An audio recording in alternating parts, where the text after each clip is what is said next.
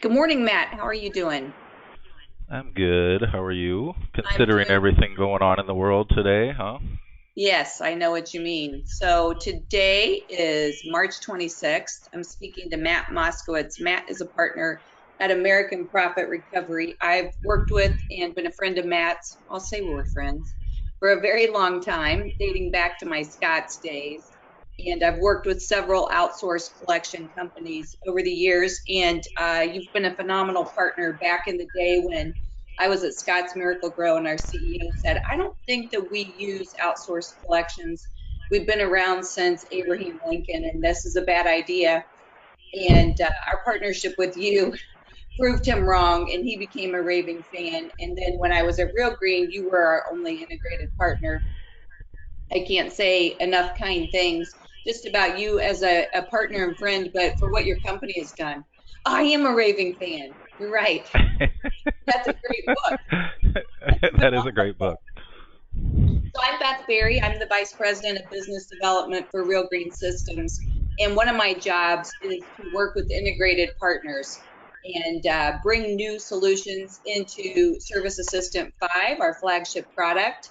And APR has been our original partner and our only integrated partner for third party collections. We thought it was really important during this time to be sure that our customers in green industry friends were up to speed on collecting revenue. All of us are for profit businesses. Profit is the lifeblood of every business. And it's not something that you think about when there's a crisis. You should have a process in place and best practices, but sometimes those go to the wayside over the winter. So there's never been a more important time. Matt, tell us a little bit about your background. I'm from Indianapolis, Indiana. That's where I'm broadcasting from today. Tell us about your time in the industry and where you're at today. So, well, I was born in no, I won't go that far back. I actually started out of college as a loan officer at a finance company. So that was my first introduction to the collection world, as that was part of my job was collecting on past due loans. And then I got into this industry back in May of 1992. So I'm coming up on a lot of years, 28 years in the business. Um, we started American Profit Recovery in 2004, so I worked for a different company prior to that, and it's been great. Worked with thousands and thousands of businesses over the years. And tell us about American Profit Recovery as a business. So we offer a unique service in that we've got a diplomatic, low-cost solution for businesses. We started back in 2004 and have grown to work with over 4,000 companies nationally. About 1,100 of those are in the lawn care landscape space. That's phenomenal. What other businesses do you serve? Um, just about anyone who extends credit. So, service industries are a great fit for what we do. So, plumbing, heating, cooling contractors, electricians, obviously the lawn care space. Um, we do banks and credit unions, quite a bit of that throughout the country. Schools, colleges, and universities, all the way to your professionals like attorneys, CPA firms, um, uh, pretty much you name it. Veterinarians. So the Okay. medical industry is also big. We've got a lot of endorsements from state veterinary medical associations, dental, and then obviously healthcare as well. So if I had asked you a month ago, and we were probably talking about something, well, we were talking about kids in college a month ago when the world was normal. But if I had asked you on that day, what was the state of the union in terms of consumer collections, and the work that you all do, what would your snapshot have been on that date? Well, obviously, if you looked at your 401ks I the used to economy have, was awesome. yeah, The economy was awesome, and we were discussing my middle child wanting to go to Indiana University. Um, Still working you, on yeah, that. But the economy is awesome, and more businesses doing business, more businesses extending credit, more businesses able to be a little more liberal with their credit policies. So although the percentage of collections isn't as high in good times, there's more business being done, so there's still a need, obviously, in the collection world. because of the volume. Let's shift to just the green industry. And you've got a lot of years of experience with third-party collections from green industry. What's the number one reason people don't pay their chemical lawn care bill? What would you say are the reasons you get in your call room? They didn't like the service. And so if you are a green industry provider and you're doing quality first party collections, which we'll talk about in a minute, quality assurance is probably the first issue that you should vet out before you get into true collections. Would you agree with that? I do agree with that. Yeah. So the number one reason people won't pay is they're disputing. And in most cases that we hear is that they didn't like the service that was provided. So that's their reasoning for not paying. The other thing, as far as the disputes, is that they weren't aware of the amounts, so they felt as if they didn't agree to those amounts. And then aside from that is just your traditional, um, I forgot, never got an invoice, um, hardships, and that's kind of obviously a big deal that we're going to discuss today as well. Excellent.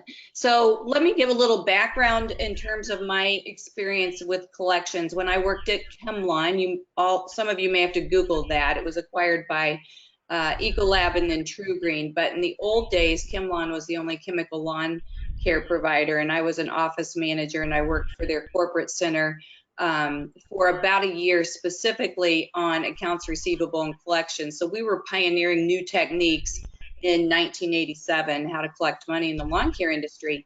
It's not just about cash flow. Right now, a strong balance sheet is very important in terms of running your business and the liquidity of your business. So cash flow, strong AR perspective, very important. But the other issues that happen in our industry is you have an uncertain service cycle, which creates lost revenue. So if you're using service assistance software, within parameters, you can set up your financial hold status.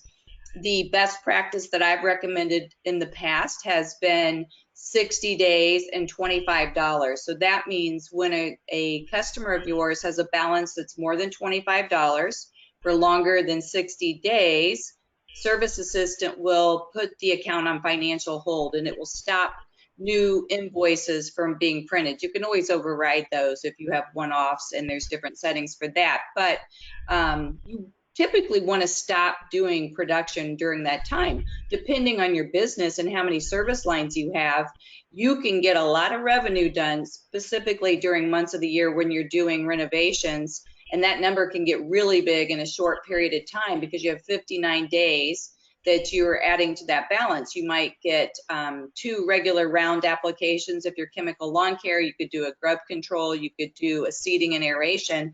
And that dollar amount can jump up there. And those high revenue months are coming up here.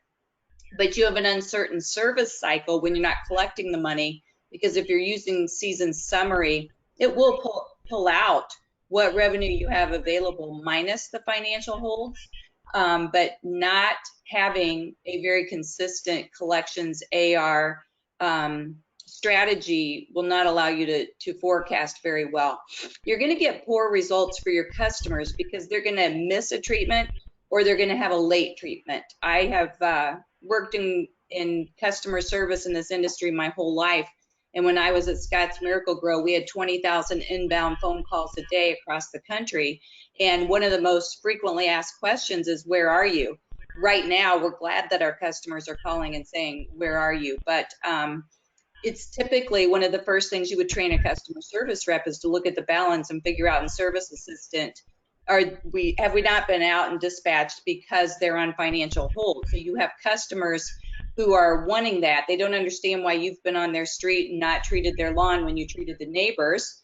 And they're going to get poor results because you didn't apply that treatment when it was ready to be treated. You also have inefficient routing, more money on gas. One of the few upsides of our period in time right now is gas is very, very inexpensive. That's not going to last, just like this isn't going to last.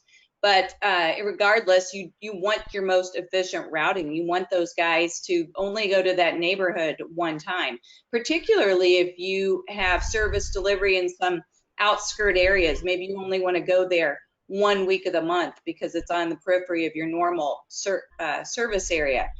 You want the most efficient routing. Your customers have to pay in order for you to do that. You have customers and technicians saying, it seems like you're on my street every time, or a technician who's not doing their own routing saying, how come you sent me to that neighborhood 4 times? Well, because Beth paid on this day, Matt paid on that day, and you have to keep going back. There's additional cost of collections. Sorry, Matt, I know you guys aren't absolutely free, although you're a great value.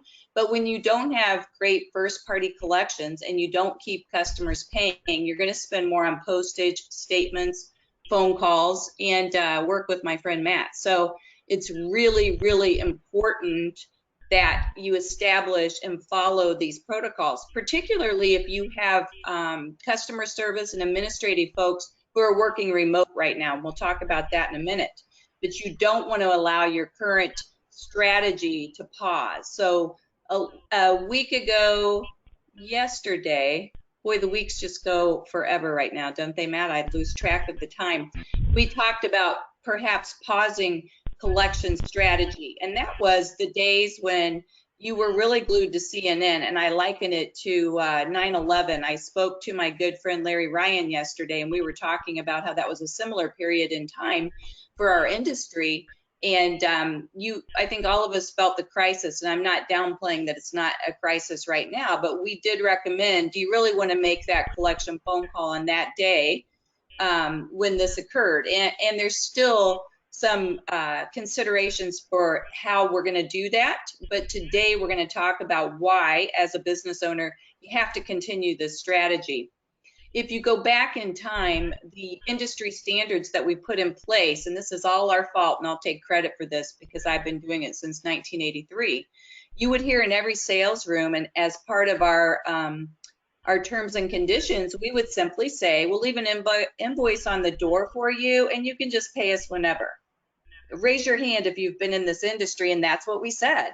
That was the way we went to business. And some of us still do go to business that way. And we've conditioned the consumer to think, I will get the invoice on the door, I will put it in the bill pile, and when I pay these other bills next month, I'll go ahead and write that check, and then I'll drop it in the mail. Or certainly 80% of those that used to write checks have gone online, but maybe they're going to make that an event next month where they go online to pay it. But that verbiage and that mindset and that strategy is really outdated. If you need a plumber today, you can bet they're going to ask to have a credit card on hand. So we'll talk more about that in a moment. We would also say— Not all of them. Not all of them? What do you mean? We work with that industry also. The plumbers. Okay. Good to know. Good to know. We would also say, for your convenience, you can prepay us if you want. I can remember a time when I was at Scott's Lawn Service where we would have 3 different tests: 5% prepay, 7% prepay, 10% prepay. Guess which one of those, Matt, performed the best? 5%, 7%, 10% discount if you prepay. And we did this on a very large customer database. At the time, it was maybe 300,000 or 400,000 customers. Which one do you think performed better? 10%. Everyone would think that, right? Because if that were the facts, we were going to move to 10%, which was a very big number on a business our size. In fact, they all performed the same. And we did it across the country in different geographic areas. And so the message to us was customers were prepaying at that time. We didn't have an online portal, but they were prepaying because they wanted the convenience. They didn't want to have to worry about paying us the next time. And that goes back to 1983. We would adjust at 5%, 7%. And the strategy at ChemLawn was more along the lines of it should offset sales tax. So when you're talking to a customer about a $50 app, it really was a $50 app because plus tax minus prepay, that's what got you back there. But we learned that customers wanted the convenience of prepaying, and it didn't matter that percent. We loved prepay. And many of our customers love prepay because it's a way to bankroll the business. You typically do it in the fall, and that carries you through to now when you have crews out and you're collecting more money. One of the standards was irregular, late, or non-existent statement protocols. So when I talk to our lawn care customers, I'll say, tell me about your best practices. And they'll say, well, we send statements once a month. Well, that's great. What day do you send those statements? Oh, we do it usually on the 30th. So you're running statements one day out of the month. And the criteria you're asking for, let's say it's anyone who has a balance more than 30 days. If you're only doing it on that one day, you're picking up accounts that have never had a statement for 59 days. So I do like a 15 to 30 day cutoff on when you send your first statement, but you have to run those every single day. If you're doing that in Service Assistant, it's a very easy thing to do. It doesn't take long. You can save that job and all the parameters of printing it, but you want whoever owns that job to do it every single business day so that you're continually picking up those that just went on hold or meet that criteria for a statement so that you get that notice, that collection call to them as quickly as possible. So I could add to that. Please do. So most people get paid how frequently? Once a week. Once every 2 weeks. Or every 2 weeks, typically, Yeah. right? So usually the first of the month is where all their big bills get paid, right? That's right. Going every 15 days is definitely a recommendation because that's typically their pay periods. So what might be allocated in one, there's a little bit more freedom or cash available on the second pay period. Wow. Interesting. I hadn't thought about that. See, I learn something new every day. And then the obvious. That's why I'm here. That's why you're here. That's why I invited the best today. The obvious outcome is when you don't collect the revenue, you don't have good, efficient routing. You don't. You're not out there when you're supposed to be, so the results decline, and then you end up with bad debt. And our industry standards, for the most part, customers will go to what we call a bad debt status. And that's a best practice that we set up in Service Assistant. And then you can exclude them from your resale campaigns. It's really important that if you cancel an account because the customer never paid you, that you make it a bad debt. And then as you're looking at resale campaigns and reinstates, you want to be sure to typically exclude those based on the fact that they'll take you up on your new offer and not pay you again. We've seen that. But the bad debts are those accounts that you've provided service in good faith and they didn't end up paying you, and now you've had to write that part of the business off. And when we talk to customers the last few years, actually it was in 2009 when Real Green introduced for us, and I was at Scott's Miracle Grow, the installment plan, what we call budget billing. It's the field name and Service Assistant is installment, but it's budget billing. We'll talk a little more about that. And then we have a how-to webinar coming up Friday from our sales team on that. But that is what's really revolutionizing the industry. And Matt, before I dig into that, let's talk about what you would recommend our customers specifically change. So I've laid out some of the best practices, and I have a document that we will put up on the impact page, www.realgreen.com/impact. And it is your typical best practices to ensure that you have timely collections and what that cycle looks like. But tell me from your experience how you would nuance maybe the scripting. Certainly it's a business, not business as usual, process as usual in terms of ensuring your cash flow. And I think when I talked to Larry Ryan yesterday, I asked him about consumer sentiment for being out on the lawns, and he said they have customers who say, thank you for being here today. I know you're a local business, and I know you guys need to work. So I think consumers are certainly very sensitive to supporting local business and wanting us to be there. But from your perspective, how are you recommending that we nuance our procedures during a crisis? Well, I think number one, it's just the communication, that of empathy and just being ultra sensitive to the situation that's going on right now. So we've, over the last week, been reaching out to our clients to assure them that, look, your consumers are number one, right? So our job is to help them in resolving this, or if there is some sort of discrepancy where they feel the bill isn't, we're able to clarify that for them and get them that backup documentation. If there is a hardship there, then work with them. We actually track compliments, and I have a collection manager that does this, and we've had 40 some a day the last 2 days compliments of people thanking Really? us So for you're telling me if bill collectors made an outbound call and they're thanking you? they are thanking us for helping them and being understanding to their situation. I would recommend the same thing for every first party.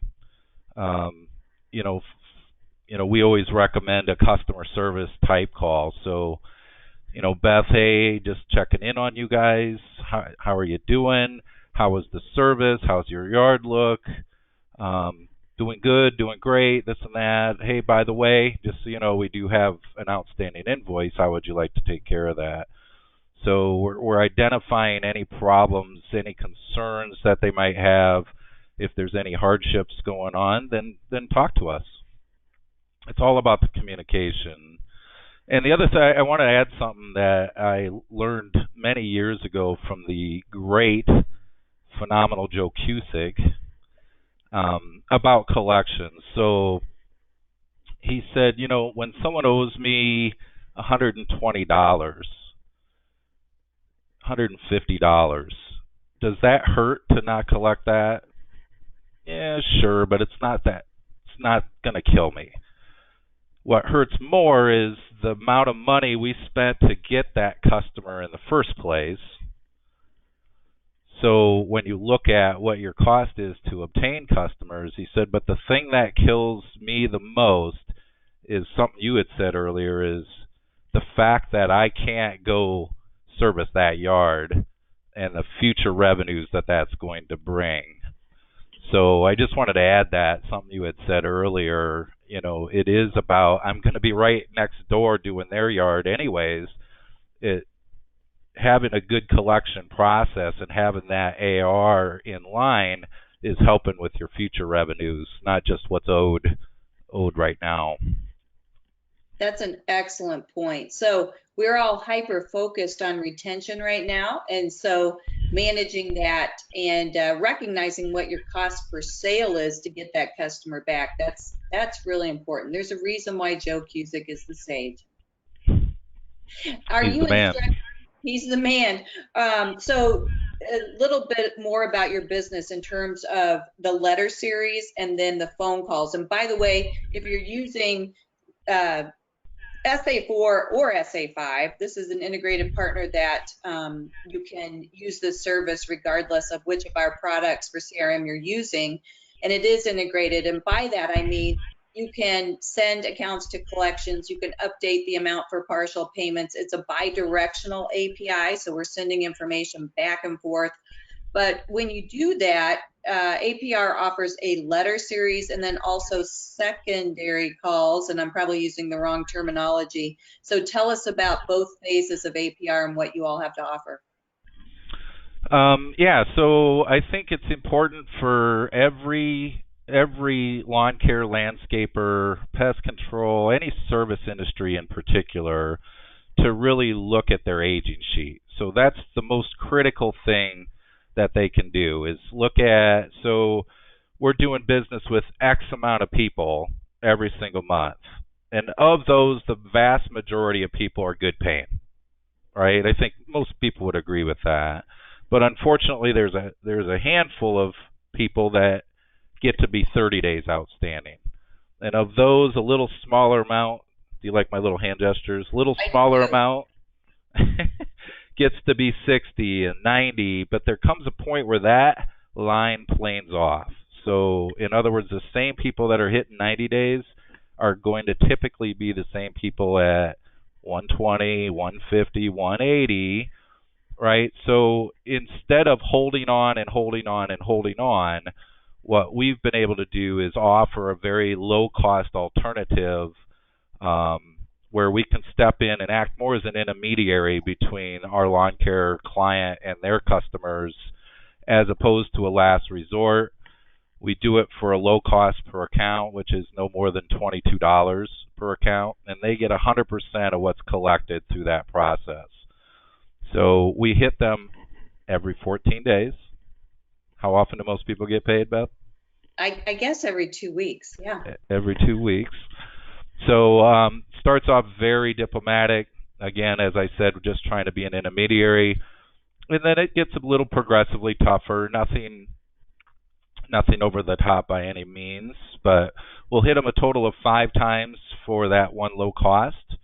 And on average for the lawn care space, we'll resolve about 50% of the accounts that we're given. So 1 out of every 2 will either pay their bill or call in to make an arrangement. And then if that process does not work, unfortunately, those are the folks that we've identified that may not have had any intentions of paying in the first place. And then that's when we have a Tier 2 division, which specializes in those much more challenging, difficult type of accounts. Is there a dollar threshold that you recommend before forwarding an account to Tier 2? It really, for the Tier 2, it's a contingency of the collection. So it doesn't really cost our client anything to submit an account to Tier 2. However, there's a certain dollar amount, typically $50 to $75. Anything less than that may not be worth it. There's only so much we can do from a profitability standpoint on low balance type of accounts with that. So not that they won't be touched, but there's a point where maybe it's just not worth it. I see. And how long is the cycle for Tier 2 typically? Till the statute of limitations, and that varies upon the state. So every state's a little bit different there, but there's really no set. It's not like Tier 1 where there's a set time frame for everything. Tier 2 is really a little more case by case. So do we have valid phone numbers? Do we have a valid address? Can we find out or know where they're working? The dollar balances do play somewhat of a role, but we have work strategies for every single age, so even several years out. And then we also have the ability, which is optional, we have the ability to hit the credit bureau for those instances where they 3 years, 4 years down the road want to refinance a house, or everyone's situation changes over time. So they may not have had the ability to pay now, but they might next year or the year after that. So we'll keep working them. Any final thoughts on what our customers can do to ensure their cash flow right now? Yeah, actually, there's a number of things that we recommend. First and foremost, in today's world, we've got to be flexible. But overall, just educating the customer on what your terms are, and also what what it's going to take on their end to have successful treatments, right? So if that's watering the yard once a day or twice a day or 3 times a week or whatever that happens to be, some of the, like I mentioned earlier, some of the things we hear is, I'm not happy because my yard's brown. Well, did you water? It hasn't rained in 3 weeks. Have you been watering the yard? Those kind of things, just to educate them that this is what you would need to do as a customer to make your yard the most beautiful. Or if it's landscape, water those bushes 1 gallon twice a day, or this isn't my business, but just having that education, knowing what the terms are. People don't like surprises, so they like to be educated up front. Billing timely, so you discuss that. Way too often we have clients that are smaller businesses and they wear a lot of hats. So they're out on yards, they're doing billings, they're doing sales, they're doing everything. So what gets pushed to the side sometimes is the billing. So I'll bill when I get time. So try to avoid that. Try to be consistent with your billing efforts. I agree with you if you can and you have the resources. If you don't, then outsource it. Outsource it to Real Green, who does statements, and get those out every pay period, every 15 days, because it will make a huge difference in your cash flow. And then I also mentioned the customer service call. So in today's world where we're sitting right now, Beth, it's just even more important to reach out from a caring customer service perspective as opposed to pay me my money. How are you doing? How is everything? Are you hanging in there? How was your service? How your experience with the technician, or 6 feet away experience with the technician? Just all those things to get out any potential roadblocks to payment. So that customer service call is even more important in today's world, I think. And it's all about being flexible, having empathy, treating people with dignity and respect, and that should definitely help. I like what you said about the technician, and in the PowerPoint that we'll have available on the impact page, one of the new opening lines in the collection call that I've recommended is to say to the customer, I'm calling on behalf of your technician, Matt. First of all, he wants to know how you and your family are doing, and really bringing the conversation around to a more empathetic opening. But it also is planting the seed that I'm calling on behalf of Matt, and that has always signaled to the homeowner, I wonder if Matt's not going to get paid his commission or his full salary if I don't pay that. It's a local business, but not only a local business. I've seen Matt actually out on my lawn, hopefully for a period of seasons or even years. But using that technician's name and reminding the homeowner that this is a local resident in your area. Matt is the technician that lives in Indianapolis that's been servicing your property, and I'm calling on behalf of Matt. That's a great opening line, and I appreciate that feedback. The most impactful best practice I've seen instituted probably since 2009, and we did it at Scott's Lawn Service, although it was not as prevalent in consumers' minds then, was the installment/budget billing. And this is an initiative I've been working on for about a year, primarily with Blades of Green, a customer of ours in Edgewater, Maryland. They went full force and have converted around 80% of their very large chemical lawn care base to monthly budget billing. And the script is very similar to, we want you to be able to budget just like your utility companies. It's done several things, Matt. It's allowed better service delivery because they're going to get paid on the 15th of the month, and it doesn't matter what you've done. It's a membership economy. I'm speaking, hopefully we can travel in October, but I'm a featured speaker at Green Industry Expo about the membership economy and what that means in the lawn care space. Real Green and Service Assistant, as I mentioned, we've been doing this for 11 years. We've been offering it in the software for 11 years. Not a really high adoption rate, but I do feel like now is the time to offer it to customers who may reference the economy or downstream economic consequences, to say, that you can plan on $40 a month and I can convert you to our budget billing program. And then you're paying for the outcome. And I have some excellent scripting on that. It'll be included in the document that I'm going to post.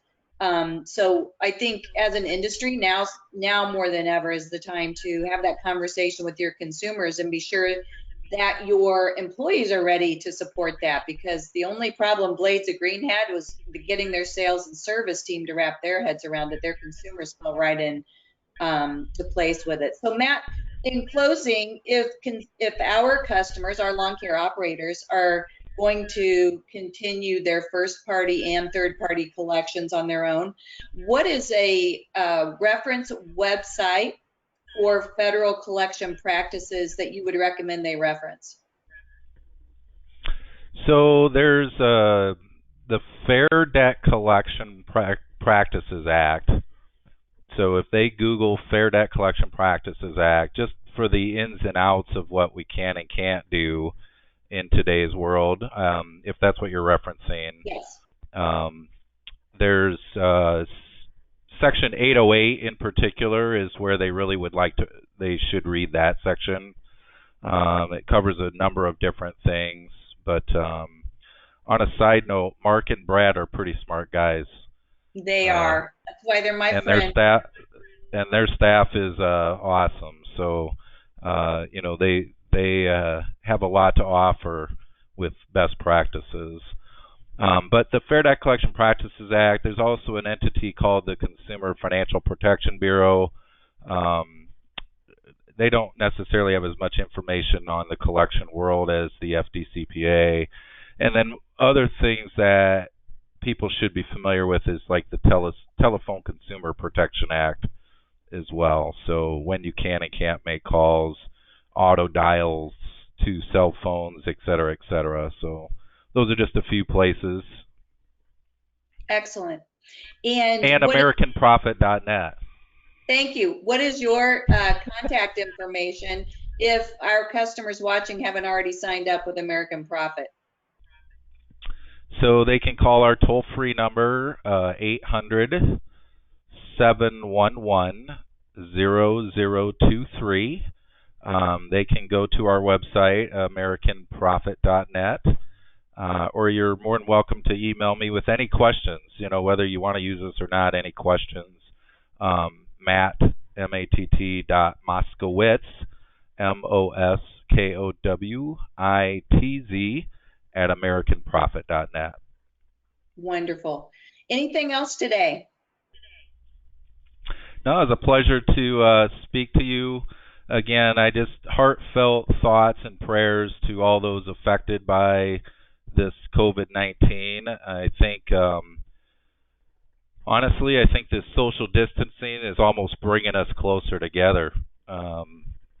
Because every single client I talk to, these consumers we're talking to, if you truly handle that with just the human care for people, it goes a long ways. People just absolutely appreciated the fact that we're not out to get them and that we're there to work with them. And the service industries are so vital right now.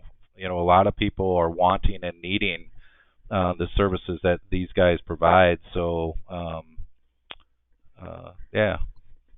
Very good. Well, I appreciate your time today. I'm interviewing Lawn Legends, and you are, in my mind, a legend. You're my go-to for all matters collections and AR, and I really appreciate the partnership, your friendship, and your insights today. Well, I would say right back at you, and we go back to 2006. Oh wow, that's a long time. Yeah. I was in middle school, Matt. Because I'm only like 35. So. I just graduated middle school. Okay. All right. Sounds fair. Hey, you take care of your family, and I look forward to catching Thank up with you. You you too. soon. And if you'll keep us posted in case there would happen to be any new um, government initiatives in terms of collections or anything else we should know about during this time, you're my go-to, and I appreciate it. I appreciate you inviting me. Thank you. All right. We'll talk soon. Bye-bye. Okay. Bye.